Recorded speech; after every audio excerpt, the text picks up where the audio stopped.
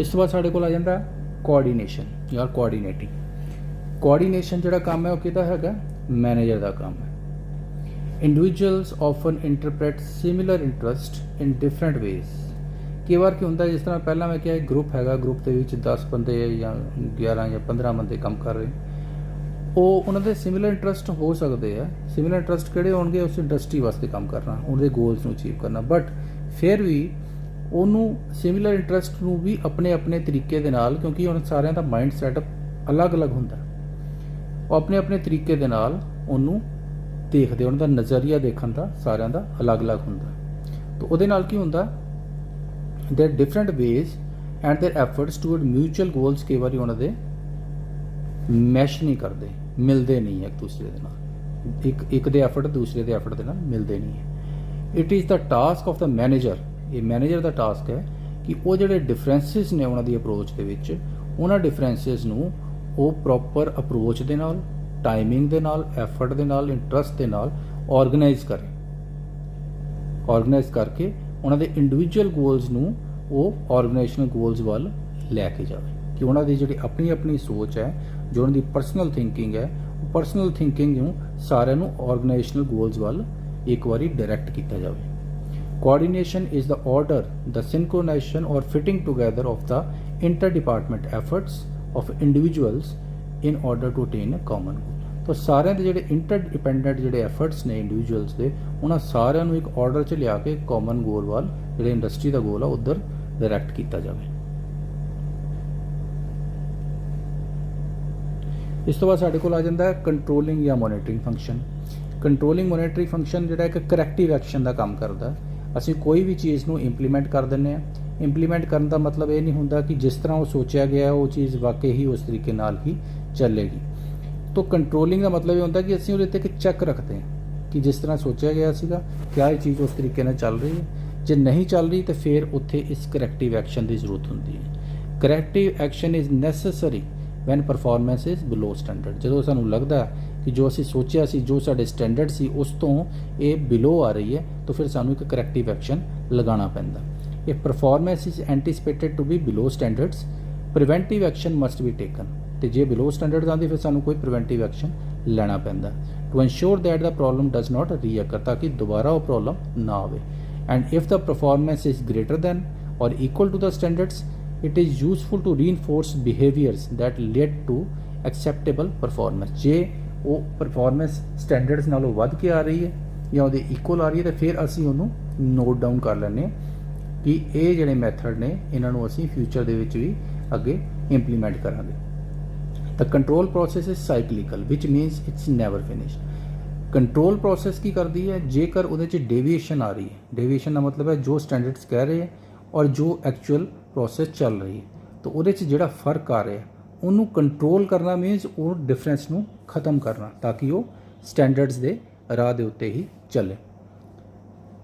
तो कंट्रोलिंग की करती है, it identifies the problems, identification of new problems that in turn need to be addressed. Address का मतलब उनका हल कढ़िया जाए, तो वो एड्रैस किया जाए through establishment of performance standard. जिहड़े साडे स्टैंडर्ड्स ने उन्हां नाल कंपेयर करके असीं वो प्रॉब्लम्स नूं पहलां तो आइडेंटिफाई करांगे, फिर एड्रैस करांगे, मीनस उन्हां दा हल लभांगे, हल लभ के फिर असीं जो भी चेंजिस करनी वो करके तो फिर असीं कंट्रोलिंग प्रोसैस नूं कंप्लीट करांगे। इनू साइकलिकल इसे करके किया गया क्योंकि ये प्रोसैस हर बारी चलती रहेगी, जिथे डिफरेंस आएगा, डेविएशन आएगी, कंट्रोलिंग प्रोसैस चलेगी और फिर उहदे च जो भी नैसेसरी एडिटिंग करनी करके उस तो बाद ये प्रोसैस कंटीन्यूअसली चलती रहेगी।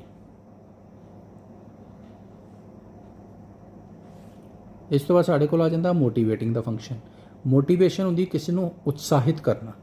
जिस तरह असीं देखते हैं कि पहला पुराने समय दे विच लड़ाइयाँ होंदियां सीगियां, राजे की करते सीगे, वो राजे उस सिचुएशन दे विच एक लीडर का काम करते सी, जिहड़े कि अपनी सेना नूं लैक्चरस दे नाल उन्हां दे माइंड दे उत्ते क्रिएट करते सी, उन्होंने उत्साहित करते सी कि शत्रु नूं असीं हराना।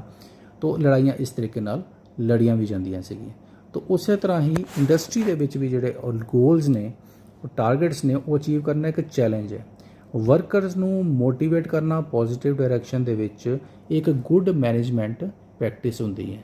तो मोटिवेशन वो एक रोल प्ले करती है तो एक ही है, it is the process of stimulating an individual to take action that will accomplish a desired goal. तो ਉਹਨੂੰ ਉਹਦੇ ਮਾइंड ਨੂੰ, क्योंकि एक साइकोलॉजिकल कंसैप्ट है, साइकोलॉजिकल कंसैप्ट का मतलब ਹੁੰਦਾ ਇਹ ਮੈਂਟਲ ਕੰਸੈਪਟ ਹੈ, क्योंकि माइंड ਦੇ ਵਿੱਚ मोटिवेशन ਨੂੰ भी ਅਸੀਂ इट इज़ आल्सो इंटेंगिबल, ਅਸੀਂ मोटिवेशन ਨੂੰ एक फिजिकल ऑब्जेक्ट की तरह ਫੜ नहीं सकते। तो किसी ਦੇ माइंड ਦੇ ਵਿੱਚ ਇਹ ਚੀਜ਼ ਕ੍ਰੀਏਟ ਕਰਾਂਗੇ। ਸਭ ਤੋਂ ਪਹਿਲਾਂ ਉਹਦੀ ਆਪਣੀਆਂ ਨੀਡਸ ਆਈਡੈਂਟੀਫਾਈ ਕਰਾਂਗੇ ਕਿ ਇਹਨਾਂ ਦੀ ਨੀਡਸ ਕੀ ਨੇ, ਇਹਨਾਂ ਦੀ ਨੀਡਸ ਕਿਸ ਤਰੀਕੇ ਨਾਲ ਫੁੱਲਫਿਲ ਹੋਣਗੀਆਂ। ਵਰਕਰਸ ਇਹ ਆਪਣੀਆਂ ਨੀਡਸ ਨੂੰ ਉਹਨਾਂ ਤੋਂ ਅਸੀਂ ਪੁੱਛਾਂਗੇ ਕਿ ਉਹਨਾਂ ਦੀ ਨੀਡਸ ਕੀ ਹੈ, ਔਰ ਫਿਰ ਉਹਨਾਂ ਨੂੰ ਸਮਝਾਵਾਂਗੇ ਕਿ ਜੇਕਰ ਤੁਸੀਂ ਇੰਡਸਟਰੀ ਦੇ ਗੋਲਸ ਨੂੰ ਅਚੀਵ ਕਰਦੇ ਹੋ, ਉਹਦੇ ਨਾਲ ਤੁਹਾਡੀ ਸੈਲਰੀਜ਼ ਵੀ ਵਧੀਆ ਆਉਂਦੀਆਂ ਨੇ, ਸੈਲਰੀਜ਼ ਵਧੀਆ ਆਉਂਦੀਆਂ, ਉਹਦੇ ਨਾਲ ਤੁਹਾਡੀਆਂ ਆਪਣੀ ਨੀਡਸ ਫੁੱਲਫਿਲ ਹੁੰਦੀਆਂ। तो इस तरीके दे नाल उन्हां दे माइंड दे विच जदों असीं उन्हां नूं मोटिवेट करते हैं तो वो विद इंटरस्ट इंडस्ट्री के गोल नूं अचीव करना शुरू कर देंगे हैं। तो एक इनर फोर्स है जिहड़ी कि डायरैक्ट करदी है एंप्लॉई दे बिहेवियर नूं in accomplishment of the goals. Most effective motivation for employees comes from within. किसी भी एंप्लॉई नूं ज़बरदस्ती असीं कह दईए कि उन्होंने असीं विद प्रैशर और विद थ्रैट असीं मोटिवेट करिए तो मोटिवेशन नहीं ਹੁੰਦਾ। ਇਹ एंप्लॉई अपने माइंड ਦੇ ਵਿੱਚ ਜਦੋਂ ਚੀਜ਼ ਨੂੰ ਲਿਆਏਗਾ, ਉਹਨੂੰ ਅੰਡਰਸਟੈਂਡ ਕਰੇਗਾ ਕਿ ਮੈਨੂੰ ਵਾਕਈ ਇਸ ਤਰੀਕੇ ਨਾਲ ਚੱਲਣਾ ਚਾਹੀਦਾ, ਇਸ ਤਰੀਕੇ ਨਾਲ ਕੰਮ ਕਰਨਾ ਚਾਹੀਦਾ, ਤਾਂ ਫਿਰ ਹੀ ਮੋਟੀਵੇਸ਼ਨ ਦਾ ਕਨਸੈਪਟ ਜਿਹੜਾ ਉਹ ਐਕਟ ਕਰੇਗਾ। ਇਹਨੂੰ ਅਸੀਂ ਕਹਿ ਦਿੰਦੇ ਹਾਂ ਸੈਲਫ ਮੋਟੀਵੇਸ਼ਨ। ਉਹ ਆਪਣੇ ਆਪ ਨੂੰ ਮੋਟੀਵੇਟ ਕਰਦਾ। Highly motivated people perform better than unmotivated people. तो ਜਿਹੜੇ ਹਾਈਲੀ ਮੋਟੀਵੇਟਡ ਪੀਪਲ ਹੁੰਦੇ ਆ ਹਮੇਸ਼ਾ ਹੀ ਬੈਟਰ ਪਰਫਾਰਮ ਕਰਦੇ ਦੈਨ ਅਨਮੋਟੀਵੇਟਡ। ਜਿਹੜੇ ਅਨਮੋਟੀਵੇਟਡ ਹੁੰਦੇ ਆ ਉਹ ज़्यादा इंटरस्ट नहीं लेंदे। इस तो बाद साढ़े कोल आ जाता कंसैप्ट आ जाता ऑर्गेनाइजेशन एंड स्ट्रक्चर का। तो स्ट्रक्चर की हुंदा ऑर्गेनाइजेशन का अजकल का असीं देखते हैं कि मॉडर्न कंपलैक्स ते लार्ज स्केल एंटरप्राइजेज जड़ियाँ ने अजकल इंडस्ट्रीयल जी स्ट्रक्चर्स है ने बहुत कंपलैक्स है ने, बड़िया बड़िया इंडस्ट्रीज़ ने, काफ़ी इंप्लॉइज़ काम कर रहे हैं। हर एक इंडस्ट्री के जिहड़े डिपार्टमेंट्स है वो दूसरी इंडस्ट्री चेंज हो जाते हैं, ਉਹਨਾਂ ਦੀ ਪ੍ਰੋਸੈਸ ਚੇਂਜ ਹੋ ਜਾਂਦੀ ਹੈ। तो एक बड़ा ਕੰਪਲੈਕਸ ਸਟਰਕਚਰ ਹੈ। तो ਇਹਦੇ ਵਿੱਚ ਐਂਟਰਪ੍ਰਾਈਜ਼ 'ਚ ਕੀ ਹੁੰਦਾ ਕਿ ਅਲੱਗ-ਅਲੱਗ ਜਿਹੜੇ ਫੰਕਸ਼ਨਸ ਨੇ ਉਹ ਪਰਫਾਰਮ ਕੀਤੇ ਜਾਂਦੇ ਲਾਰਜ ਸਕੇਲ ਤੇ ਲਾਰਜ ਸਕੇਲ ਇੰਡਸਟਰੀਜ਼ ਦੇ ਵਿੱਚ।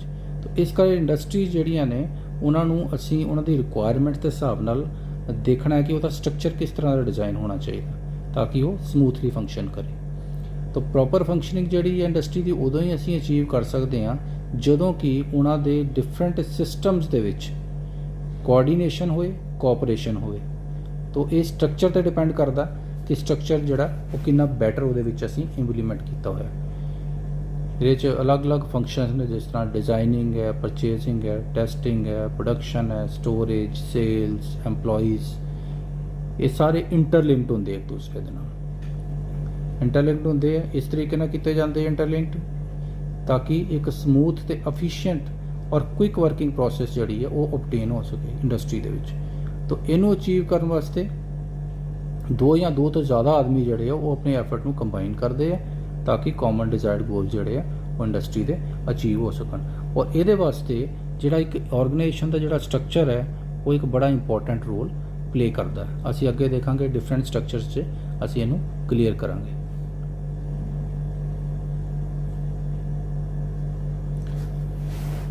तो ये असी देखते हैं ऑर्गेनाइजेशन जी है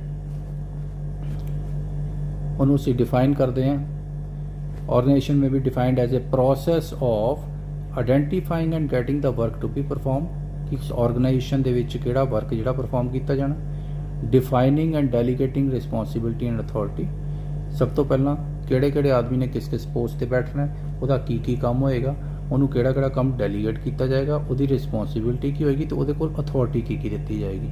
और तीसरे नंबर के उत्ते एस्टैबलिशिंग relationships for the purpose of enabling people to work most effectively together in achieving objectives। तो ये असीं और रिलेशनशिप्स जोड़े है वो डिफरेंट डिपार्टमेंट्स के डिफरेंट जोड़े वर्कर्स वो काम कर रहे हैं वो असीं एस्टैबलिश करांगे ताकि वो मोस्ट इफेक्टिवली अपने ऑब्जेक्टिव्स नूं अचीव कर सकन। साडे कोल डिफरेंट टाइप के इंडस्ट्रीयल ऑर्गेनाइजेशनल स्ट्रक्चर्स आते हैं। तो ये असीं देखते हैं सब तो पहला साढ़े को स्ट्रक्चर आता है एक तो लाइन ऑर्गेनाइजेशन का, सैकेंड आ जाता साढ़े को फंक्शनल ऑर्गेनाइजेशन का, और जो थर्ड आता वो दोनों का combined line and functional organisation. तो ਅਸੀਂ ਤਿੰਨੋਂ ਸਟਰਕਚਰ ਜਿਹੜੇ ਆ ਉਹ ਵਾਰੀ-ਵਾਰੀ ਇਹਦੇ ਵਿੱਚ ਸਟੱਡੀ ਕਰਾਂਗੇ।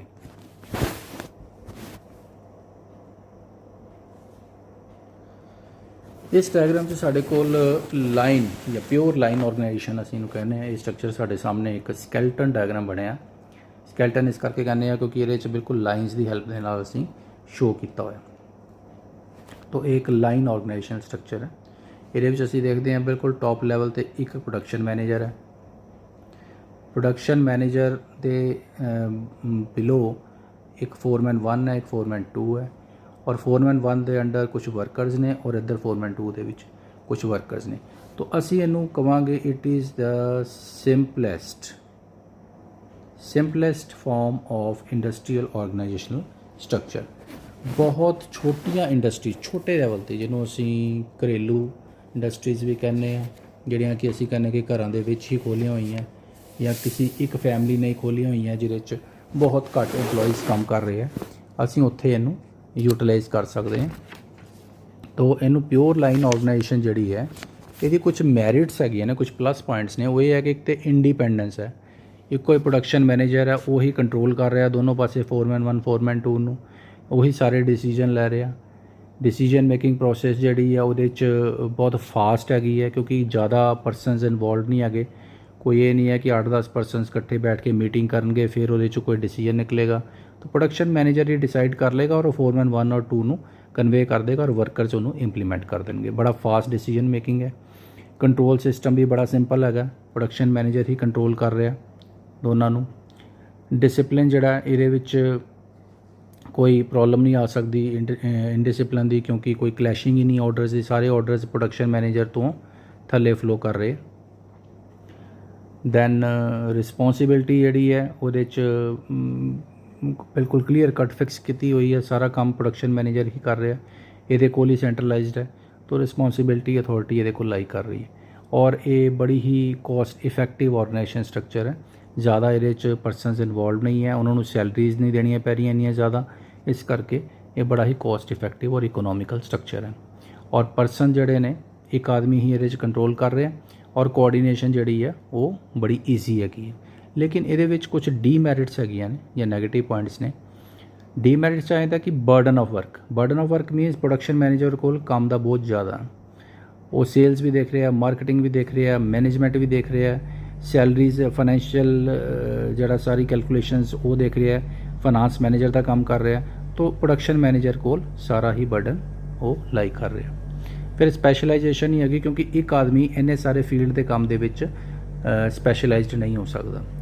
तो इस करके किते ना किते वर्क जिहड़ा है वो सफ़र करता है। दैन टाइप ऑफ लीडरशिप ये है कि सारी अथॉरिटी सिर्फ ये कोल ही हैगी है, प्रोडक्शन मैनेजर को ही। तो इस करके लीडरशिप भी यही कर रहे हैं और कोई फ्यूचर लीडर कोई हो सकता फोरमैन दे विच कोई ज़्यादा लीडरशिप क्वालिटीज़ होन वो राइज कर जे, वो ये विच पॉसिबिलिटी नहीं हैगी।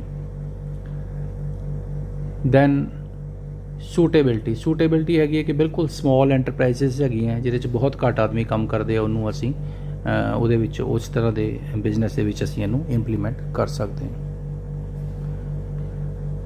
ਇਸ ਤੋਂ ਬਾਅਦ ਸਾਡੇ ਕੋਲ ਆ ਜਾਂਦਾ ਸੈਕਿੰਡ ਨੰਬਰ ਤੇ departmental line organisation. Departmental line organisation ਦੇ ਵਿੱਚ ਹੈ ਇਹ ਲਾਈਨ ਆਰਗੇਨਾਈਜੇਸ਼ਨ ਹੀ ਹੈ, ਲੇਕਿਨ ਪਹਿਲੇ ਵਾਲੇ ਸਟਰਕਚਰ ਦੇ ਨਾਲੋਂ ਇਹਦੇ ਵਿੱਚ ਥੋੜੀ ਜੀ ਚੇਂਜਸ ਇਹ ਹੈ ਕਿ ਜਿੱਦਾਂ ਪਹਿਲਾਂ ਤੇ ਬਿਲਕੁਲ ਸਿੰਪਲ ਸਟਰਕਚਰ ਸੀਗਾ, ਇਹਦੇ ਵਿੱਚ ਕੁਝ ਅਸੀਂ ਸਟਰਕਚਰ ਉਹੀ ਰੱਖਿਆ ਲੇਕਿਨ ਇਹਦੇ ਵਿੱਚ कुछ डिपार्टमेंट्स बनाते। जिदा पहला कला प्रोडक्शन मैनेजर सी, इस तो बाद थले सुपरडेंट स्पिनिंग का रख दिता, एक सुपरडेंट वीविंग का रखता, एक सुपरडेंट डाइंग का, एक टैक्सटाइल एक ऑर्गेनाइजेशन का स्ट्रक्चर हो सकता। तो क्योंकि ये असीं थोड़े जे स्पैशलाइज्ड बंदे रखते, इन्हें स्पिनिंग का ही काम देखना है, इन्हें वीविंग का काम देखना है, इन्हें डाइंग का काम देखना है। लेकिन ये सुपरडेंट स्पिनिंग जिहड़ा वो कंसल्ट इनू ही करता, सुपरडेंट डाइंग इनू कंसल्ट करता, ये तीनों आपस दे विच मिल के प्रोडक्शन मैनेजर के नाल कंसल्ट करते हैं और फिर ये जो भी डिसीजन है वो सारा सुपरडेंट वीविंग थले फोरमैन 1 तो फोरमैन 2 नू कम्यूनीकेट करता है और फोरमैन 1 अपने वर्कर्स और फोरमैन 2 अपने वर्कर्स नू कम्यूनीकेट कर देंगे हैं। तो ये असीं पिछली जिहड़ी ऑर्गेनाइजेशन सीगी उहदे नालों थोड़ा जिहा एक प्लस पॉइंट ये आ जाता है प्योर लाइन ऑर्गेनाइजेशन नालों कि ये असीं थोड़े जे स्पैशलाइज्ड परसन जिहड़े है वो रख ले, जिहड़े कि अपना अपना ਕੰਮ ਦੇਖ ਰਹੇ। ਪਲੱਸ ਲੇਕਿਨ ਇਹਦੇ 'ਚ ਜੋ ਚੇਨ ਆਫ ਕਮਾਂਡ ਹੈ ਜਾਂ ਜੋ ਫਲੋ ਆਫ ਕਮਾਂਡ ਹੈ ਉਹ ਵਰਟੀਕਲੀ ਹੈ, ਉੱਤੋਂ ਹੀ ਥੱਲੇ ਨੂੰ ਆ ਰਿਹਾ। ਪ੍ਰੋਡਕਸ਼ਨ ਮੈਨੇਜਰ ਤੋਂ ਇਹਨਾਂ ਨੂੰ ਗਿਆ ਤਿੰਨਾਂ ਨੂੰ, ਔਰ ਫਿਰ ਇਸ ਤੋਂ ਬਾਅਦ ਸੁਪਰਡੈਂਟ ਵੀਵਿੰਗ ਤੋਂ ਵਰਟੀਕਲੀ ਥੱਲੇ ਆਇਆ, ਦੈਨ ਫੋਰਮੈਨ ਤੋਂ ਵਰਟੀਕਲੀ ਥੱਲੇ ਨੂੰ ਜਾ ਰਿਹਾ। ਤੋ ਇਹਦੇ ਵਿੱਚ ਅਸੀਂ ਇਹ ਕਹਿ ਸਕਦੇ ਹਾਂ ਕਿ ਇਹਦੇ 'ਚ ਮੈਰਿਟਸ ਜਿਹੜੀਆਂ ਨੇ ਉਹ ਅਸੀਂ ਸਪੈਸ਼ਲਾਈਜ਼ਡ ਪਰਸਨਸ ਜਿਹੜੇ ਆ ਉਹ ਇਹਦੇ 'ਚ ਇਨਵੋਲਵ ਕਰ ਰਹੇ, ਜਿਹਦੇ ਕਰਕੇ ਕਿ ਇਹ ਇੱਕ ਪਿਛਲੇ ਆਰਗੇਨਾਈਜੇਸ਼ਨਲ ਸਟਰਕਚਰ ਨਾਲੋਂ ਥੋੜ੍ਹਾ ਜਿਹਾ ਇੱਕ ਪਲੱਸ ਪੁਆਇੰਟ ਅਸੀਂ ਇਹਨੂੰ ਕਹਿ ਸਕਦੇ ਹਾਂ। ਲੇਕਿਨ ਹੈਗਾ ਇਹ ਵੀ ਲਾਈਨ ਆਰਗੇਨਾਈਜੇਸ਼ਨ ਸਟਰਕਚਰ ਹੈ, ਇੱਕ ਲਾਈਨਸ ਜਿਹੜੀਆਂ ਵਰਟੀਕਲ ਲਾਈਨਸ ਵਾਲਾ ਸਟਰਕਚਰ ਹੈਗਾ। ਇਸ ਤੋਂ ਬਾਅਦ ਅਸੀਂ ਆ ਜਾਂਦੇ ਹਾਂ ਫੰਕਸ਼ਨਲ ਆਰਗੇਨਾਈਜੇਸ਼ਨ ਸਟਰਕਚਰ ਤੇ। ਜਿਹੜਾ ਫੰਕਸ਼ਨਲ ਆਰਗੇਨਾਈਜੇਸ਼ਨ ਸਟਰਕਚਰ ਹੈ ਉਹਦੇ ਵਿੱਚ ਅਸੀਂ ਦੇਖਦੇ ਹਾਂ ਕਿ ਫੰਕਸ਼ਨਸ ਵਾਈਜ਼ ਫੰਕਸ਼ਨਲੀ ਅਸੀਂ ਇਹਨਾਂ ਨੂੰ ਡਿਪਾਰਟਮੈਂਟਸ ਬਣਾ ਦਿੱਤੇ। ਟੌਪ ਦੇ ਉੱਤੇ ਸਾਡੇ ਕੋਲ ਮੈਨੇਜਿੰਗ ਡਾਇਰੈਕਟਰ ਹੈ, ਔਰ ਉਹਦੇ ਥੱਲੇ ਅਸੀਂ ਦੇਖਦੇ ਹਾਂ ਇਸ ਸਾਈਡ ਤੇ ਫਾਈਨਾਂਸ ਮੈਨੇਜਰ ਹੈ ਜਿਹੜਾ ਕਿ ਫਾਈਨਾਂਸ ਦੇ ਫੰਕਸ਼ਨ ਨੂੰ ਦੇਖਦਾ, ਪ੍ਰੋਡਕਸ਼ਨ ਮੈਨੇਜਰ ਹੈ ਪ੍ਰੋਡਕਸ਼ਨ ਦੇ ਫੰਕਸ਼ਨ ਨੂੰ ਦੇਖ ਰਿਹਾ, ਪਰਸੋਨਲ ਮੈਨੇਜਰ ਹੈ ਉਹ HR ਦਾ ਕੰਮ ਕਰ ਰਿਹਾ, ਪਰਸੋਨਲਸ ਨੂੰ ਦੇਖ ਰਿਹਾ, ਮਾਰਕੀਟਿੰਗ ਮੈਨੇਜਰ ਜਿਹੜਾ ਉਹ ਮਾਰਕੀਟਿੰਗ ਦੇ ਕੰਮ ਨੂੰ ਦੇਖ ਰਿਹਾ। ਇਹ ਸਾਰੇ ਆਪਣੇ ਆਪਣੇ ਫੰਕਸ਼ਨਸ ਨੂੰ ਦੇਖ ਰਹੇ, ਔਰ ਫਿਰ ਇਹ ਆਪਸ ਦੇ ਵਿੱਚ ਇੱਥੇ ਤੱਕ ਅਸੀਂ ਦੇਖਦੇ ਹਾਂ ਤੇ ਬਿਲਕੁਲ ਲਾਈਨ ਹੀ ਚੱਲ ਰਹੀ ਹੈ। ਲਾਈਨ ਤੋਂ ਬਾਅਦ ਇੱਥੇ ਹੁਣ finance manager, production manager, personal manager ਤੇ ਮਾਰਕੀਟਿੰਗ ਮੈਨੇਜਰ ਸਾਰੇ ਇਸ ਪੁਆਇੰਟ ਤੇ ਇਕੱਠੇ ਹੋ ਜਾਂਦੇ ਨੇ। ਮੀਨਸ ਕਿ ਇਹ ਇਕੱਠਿਆਂ ਹੋ ਕੇ ਫਿਰ ਹੀ ਡਿਸਾਈਡ ਕਰਦੇ ਆ, ਔਰ ਇਹ ਫਿਰ ਫਰਦਰ ਆਪਣੀ ਡਾਇਰੈਕਸ਼ਨਸ ਦਿੰਦੇ ਆ ਚੀਫ ਇੰਜੀਨੀਅਰ ਨੂੰ, ਪਲਾਂਟ ਸੁਪਰਡੈਂਟ ਨੂੰ ਔਰ ਕੁਆਲਿਟੀ ਕੰਟਰੋਲ ਇੰਸਪੈਕਟਰ ਨੂੰ।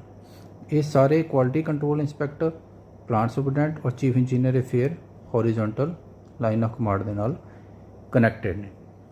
ਲੇਕਿਨ ਜੋ ਡਾਇਰੈਕਸ਼ਨਸ ਅਸੀਂ ਇਹਦੇ ਥੱਲੇ ਦੇਖੀਏ ਤਾਂ ਇਸ ਪਾਰਟ ਦੇ ਵਿੱਚ ਜਿਹੜੀਆਂ ਡਾਇਰੈਕਸ਼ਨਸ ਆ ਰਹੀਆਂ ਨੇ ਇੱਥੇ ਫਿਰ ਲਾਈਨ ਵਾਲਾ ਪਾਰਟ ਨਹੀਂ ਰਹਿ ਜਾਂਦਾ।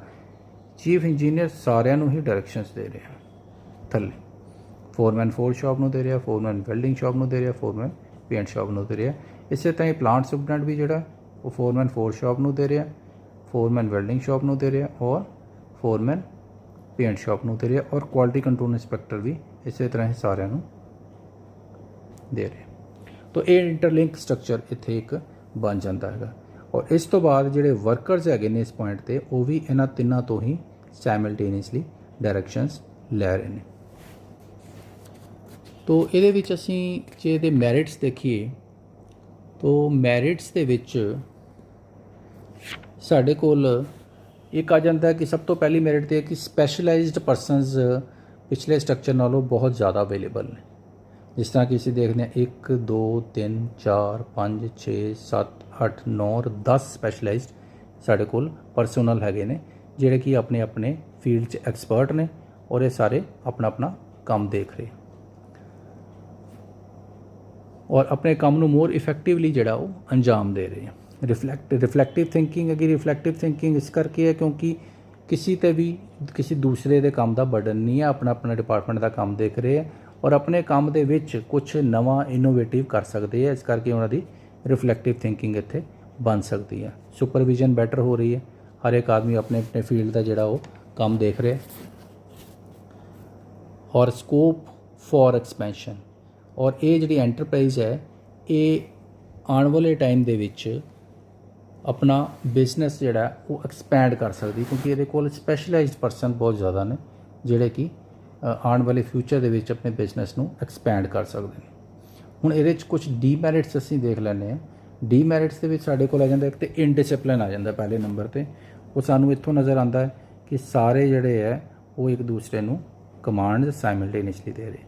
ਸਭ ਤੋਂ ਪਹਿਲਾਂ ਡੀਮੈਰਿਟ ਵਾਲਾ ਏਰੀਆ ਇਹ ਵਾਲਾ ਆ ਜਾਂਦਾ।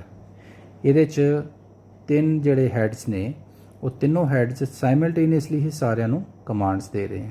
ਤੋ ਇੱਥੇ ਜਿਹੜਾ ਇੱਕ ਕ੍ਰਿਸ ਕ੍ਰੋਸ ਸਟਰਕਚਰ ਬਣ ਗਿਆ, ਇਹਦੇ ਨਾਲ ਇੱਕ ਕਨਫਿਊਜ਼ਨ ਜਨਰੇਟ ਹੋ ਸਕਦਾ। Chief engineer foreman for shop ਨੂੰ ਵੀ ਡਾਇਰੈਕਸ਼ਨ ਦੇ ਰਿਹਾ ਔਰ ਫੋਰਮੈਨ ਪੇਂਟ ਸ਼ਾਪ ਨੂੰ ਵੀ ਦੇ ਰਿਹਾ। ਇਸ ਨਾਲ ਹੀ plant superintendent foreman for shop ਨੂੰ ਵੀ ਦੇ ਰਿਹਾ ਔਰ ਫੋਰਮੈਨ ਪੇਂਟ ਸ਼ਾਪ ਨੂੰ ਵੀ ਦੇ ਰਿਹਾ। ਤੋ ਇਹ ਹੋ ਸਕਦਾ ਕਿ ਚੀਫ ਇੰਜੀਨੀਅਰ ਦੀ ਇੰਸਟਰਕਸ਼ਨ ਔਰ ਪਲਾਂਟ ਸੁਪਰਡੈਂਟ ਦੀ ਇੰਸਟਰਕਸ਼ਨ ਇੱਥੇ ਕਲੈਸ਼ ਕਰ ਜਾਣ, ਜਿਹਦੇ ਨਾਲ ਕਿ ਕਨਫਿਊਜ਼ਨ ਅਰਾਈਜ਼ ਹੋ ਸਕਦਾ, ਇਨਡਿਸਿਪਲਿਨ ਕ੍ਰੀਏਟ ਹੋ ਸਕਦਾ। ਫਿਰ ਇਹਦੇ 'ਚ ਰਿਸਪੌਂਸਿਬਿਲਟੀ ਅਸੀਂ ਫਿਕਸ ਨਹੀਂ ਕਰ ਸਕਦੇ ਕਿਉਂਕਿ ਇਹ ਮਿਕਸਡ ਡਾਇਰੈਕਸ਼ਨਸ ਸਾਰੇ ਪਾਸੋਂ ਆ ਰਹੀ ਹੈ। ਕਿਸੇ ਵੀ ਇੰਸੀਡੈਂਟ ਦੇ ਵਿੱਚ ਜਿੱਥੇ ਕੋਈ ਪ੍ਰੋਬਲਮ ਅਰਾਈਜ਼ ਹੋਏਗੀ ਅਸੀਂ ਆਇਡੈਂਟੀਫਾਈ ਕਰਨਾ ਮੁਸ਼ਕਿਲ ਹੋ ਜਾਏਗਾ ਕਿ ਇਹ ਰਿਸਪੌਂਸਿਬਿਲਟੀ ਕਿਹਦੇ ਨਾਲ ਲਾਈ ਕਰਦੀ ਹੈ। क्योंकि डायरैक्शन सारिਆਂ ਵੱਲੋਂ ਮਿਕਸਡ ਫਾਰਮ ਦੇ ਵਿੱਚ ਆ ਰਹੀ। ਡਿਸੀਜਨ ਮੇਕਿੰਗ ਜਿਹੜੀ ਹੈ ਉਹ ਅਸੀਂ ਇਹਦੇ ਵਿੱਚ ਕੋਈ ਕੁਇਕਲੀ ਨਹੀਂ ਕਰ ਸਕਦੇ, ਕਿਉਂਕਿ ਸਾਰਾ ਜਿਹੜਾ ਇੱਥੇ ਕ੍ਰਿਸ ਕ੍ਰੋਸ ਸਟਰਕਚਰ ਮਿਕਸ ਹੈ। ਇਹ ਸਾਰਿਆਂ ਨੂੰ ਨਾਲ ਲੈ ਕੇ ਫਿਰ ਹੀ ਇੱਕ ਯੂਨੈਨਿਮਸ ਡਿਸੀਜਨ ਨਿਕਲੇਗਾ ਤੇ ਫਿਰ ਅਸੀਂ ਉਹਨੂੰ ਇੰਡਸਟਰੀ ਲੈਵਲ ਤੇ ਇੰਪਲੀਮੈਂਟ ਕਰ ਸਕਦੇ ਹਾਂ। ਇਕਨੋਮਿਕਲੀ ਵੀ ਇੱਕ ਐਕਸਪੈਂਸਿਵ ਆਰਗੇਨਾਈਜੇਸ਼ਨ ਪੈਂਦੀ ਹੈ, ਕਿਉਂਕਿ ਇਹਦੇ 'ਚ ਇੰਨੇ ਸਾਰੇ ਸਪੈਸ਼ਲਾਈਜ਼ਡ ਪਰਸਨਸ ਇਨਵੋਲਵਡ ਨੇ, ਇਹਨਾਂ ਦਾ ਸੈਲਰੀਜ਼ ਔਰ ਹੋਰ ਖਰਚੇ ਜਿਹੜੇ ਹੈ ਉਹ ਸਾਰੇ ਬੀਅਰ ਕਰਨੀ ਪੈਣਗੇ ਇੱਕ ਆਰਗੇਨਾਈਜੇਸ਼ਨ। ਇਸ ਤੋਂ ਬਾਅਦ ਸਾਡੇ ਕੋਲ ਜਿਹੜਾ ਇੱਕ ਸਟਰਕਚਰ ਆ ਜਾਂਦਾ ਹੈ, ਉਹ ਸਟਰਕਚਰ ਆ ਜਾਂਦਾ ਸਾਡੇ ਕੋਲ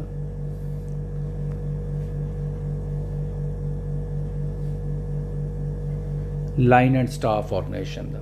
तो जो असी पिछे देखिया कल्ला लाइन ऑर्गेनाइजेशनल स्ट्रक्चर देखिया, then line functional organisational structure देख लिया।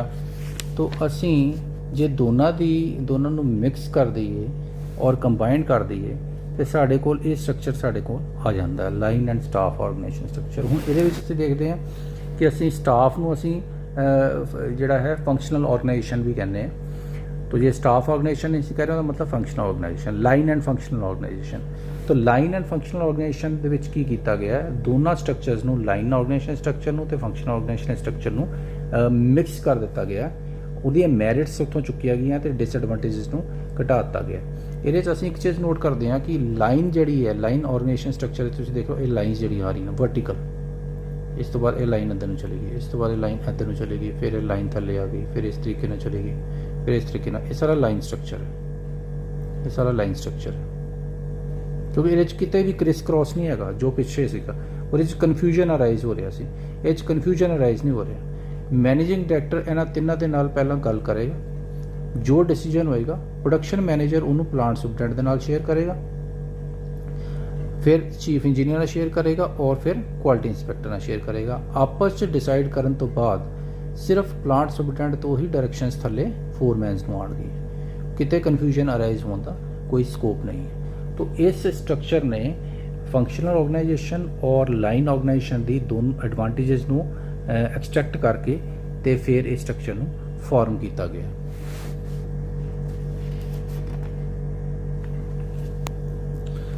तो ਇਹਦੀਆਂ ਜਿਹੜੀਆਂ ਮੈਰਿਟਸ ਨੇ, ਮੈਰਿਟਸ 'ਚ ਆ ਜਾਂਦਾ ਇੱਕ ਤੇ ਅਸੀਂ ਇਹਦੇ 'ਚ ਰਿਸਪੌਂਸਿਬਿਲਟੀ ਬੜੀ ਕਲੀਅਰ ਕੱਟ ਸਾਰਿਆਂ ਨੂੰ ਡੈਲੀਗੇਟ ਕੀਤੀ ਹੈ। ਪਰਸਨਲ ਮੈਨੇਜਰ ਦਾ ਕੰਮ ਕੀ ਹੈ, ਕਲੀਅਰ ਕੱਟ ਡਿਫਾਈਨਡ ਹੈ। ਪ੍ਰੋਡਕਸ਼ਨ ਮੈਨੇਜਰ ਦਾ ਕੰਮ ਪ੍ਰੋਡਕਸ਼ਨ ਨਾਲ ਰਿਲੇਟਡ ਹੈ, ਫਾਈਨਾਂਸ ਮੈਨੇਜਰ ਦਾ ਕੰਮ ਫਾਈਨਾਂਸ ਨਾਲ ਰਿਲੇਟਡ ਹੈ।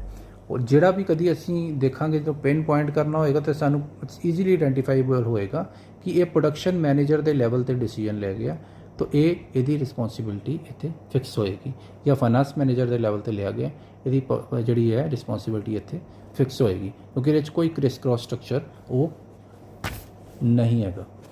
ਕੋਆਰਡੀਨੇਸ਼ਨ ਡਿਪਾਰਟਮੈਂਟ ਦੇ ਵਿੱਚ ਬਹੁਤ ਬੈਟਰ ਮੈਨਰ 'ਚ ਹੋ ਰਹੀ ਹੈ। ਅਸੀਂ ਦੇਖੋ ਇਹਦੇ 'ਚ ਹੌਰੀਜ਼ੌਂਟਲ ਲਾਈਨ ਆਫ ਕਮਾਂਡ ਵੀ ਹੈਗਾ, वर्टिकल तो है, हॉरिजॉन्टल भी है। तो आपस के विच सारे कंसल्ट करते हैं, इस लैवल पे भी कंसल्ट कर लिया, इस लैवल पे भी कंसल्ट कर लिया, और फिर उस तो बाद जो एक डिसीजन निकलता है वो ही थले फ्लो करता है वर्कर्स लैवल तक। स्पैशलिस्ट ये भी अवेलेबल ने, जिस तरह असीं पिछे देखिया सीगा हर एक जिहड़ा स्पैशलिस्ट अपने अपने फील्ड दे विच मास्टर है, वो अपना काम देख रहा। दैन रिफ्लैक्टिव थिंकिंग जिस तरह पिछे फंक्शनल ऑर्गेनाइजेशन च सीगा, ਇਹਦੇ ਵਿੱਚ ਵੀ ਉਹ ਐਡਵਾਂਟੇਜ ਹੈਗੀ। ਕੱਲੀ ਇੱਕੋ ਇੱਕ ਡੀਮੈਰਿਟ ਜਾਂ ਡਿਸਐਡਵਾਂਟੇਜ ਇਹਦੀ ਸਟਰਕਚਰ ਦੀ ਉਹ ਇਹ ਹੈ ਕਿ ਇਹ ਇਕਨੋਮਿਕਲ ਨਹੀਂ ਹੈ। ਇਕਨੋਮਿਕਲ ਦਾ ਮਤਲਬ ਇਹ ਹੈ ਕਿ ਇਹਦੇ 'ਚ ਜਿੰਨੇ ਵੀ ਅਸੀਂ ਇਹ ਸਪੈਸ਼ਲਾਈਜ਼ਡ ਪਰਸਨਸ ਰੱਖੇ ਹੈ, ਇਹਨਾਂ ਸਾਰਿਆਂ ਨੂੰ ਅਸੀਂ ਜੋ ਸੈਲਰੀ ਪੈਕੇजेस ਦੇ ਰਹੇ ਹਾਂ ਉਹ ਸਾਨੂੰ ਦੇਣੇ ਪੈ ਰਹੇ ਨੇ, ਜਿਹਦੇ ਕਰਕੇ ਕਿ ਇੱਕ ਹਾਈ ਸੈਲਰੀ ਸਾਨੂੰ ਪੇ ਕਰਨੀਆਂ ਪੈ ਰਹੀਆਂ ਇਹਨਾਂ ਨੂੰ, ਜਿਹਦੇ ਕਰਕੇ ਇੱਕ ਇਕਨੋਮਿਕਲ ਸਟਰਕਚਰ ਨਹੀਂ ਰਹਿ ਜਾਂਦਾ।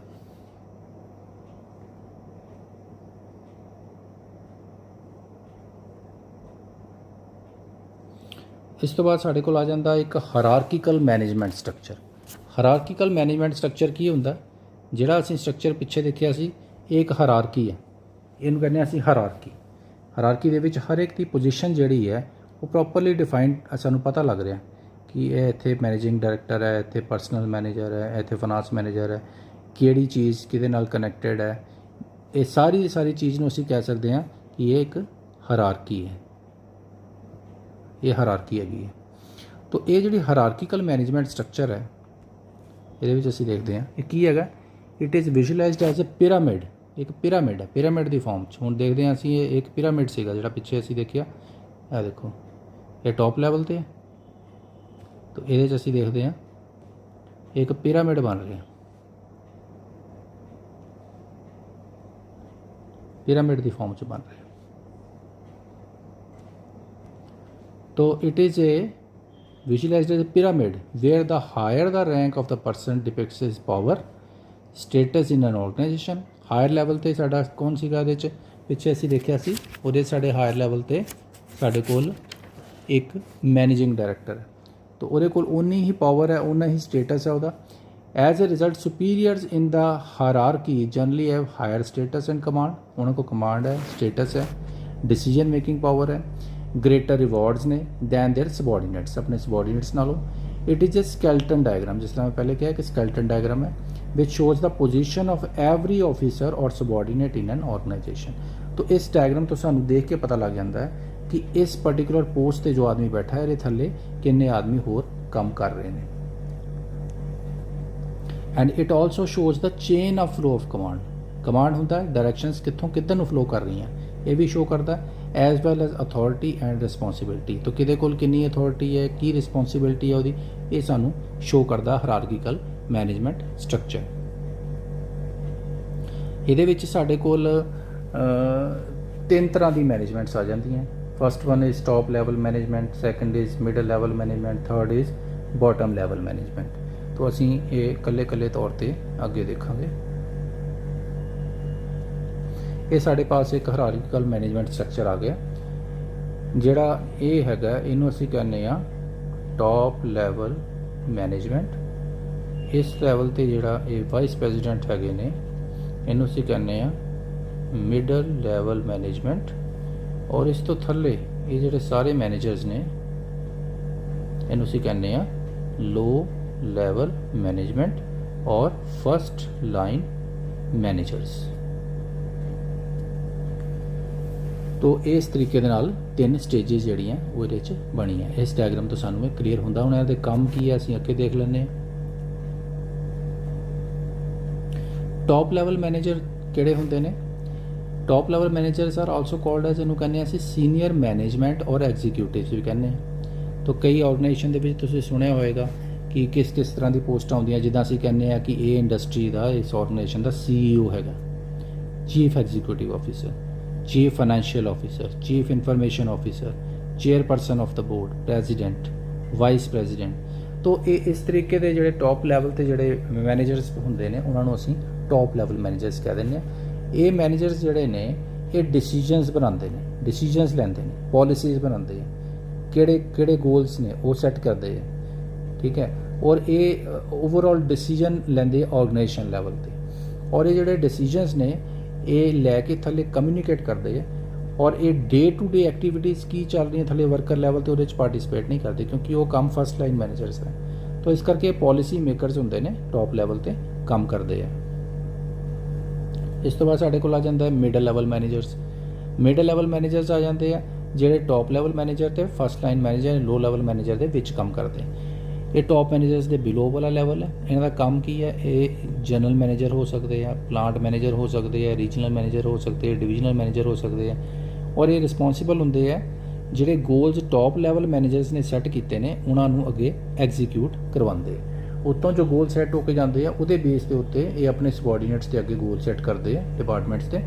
और उन्होंने ਜਿਹੜੇ ਉਹਨਾਂ ਦੇ ਥੱਲੇ ਜਿਹੜੇ ਫਸਟ ਲਾਈਨ ਮੈਨੇਜਰਸ ਨੇ ਉਹਨਾਂ ਨੂੰ ਅਸਾਈਨ ਕਰ ਦਿੰਦੇ ਆ ਕਿ ਇਹ ਕੰਮ ਹੁਣ ਤੁਸੀਂ ਕਰਵਾਉਣਾ ਹੈਗਾ। ਐਂਡ ਦੇ ਆਲਸੋ ਕਮਿਊਨੀਕੇਟ, ਇਹ ਕਮਿਊਨੀਕੇਟ ਵੀ ਕਰਦੇ ਆ ਜਿਹੜੇ ਫੀਡਬੈਕ ਫਸਟ ਲਾਈਨ ਮੈਨੇਜਰਸ ਜਾਂ ਲੋ ਲੈਵਲ ਮੈਨੇਜਰਸ ਤੋਂ ਆਏਗੀ ਉਹ ਆਪਣੀ ਟੌਪ ਲੈਵਲ ਮੈਨੇਜਮੈਂਟ ਦੇ ਨਾਲ ਕਮਿਊਨੀਕੇਟ ਵੀ ਕਰਦੇ। ਜਾਂ ਕਿਸੇ ਦੀ ਕੋਈ ਪ੍ਰੋਬਲਮ ਹੈ, ਕਿਸੇ ਡਿਪਾਰਟਮੈਂਟ 'ਚ ਕੋਈ ਪ੍ਰੋਬਲਮ ਆ ਰਹੀ ਹੈ, ਜੋ ਵੀ ਫੀਡਬੈਕ ਹੈ ਉਹ ਟੌਪ ਲੈਵਲ ਮੈਨੇਜਮੈਂਟ ਦੇ ਨਾਲ ਡਿਸਕਸ ਵੀ ਕਰਦੇ ਹੈ।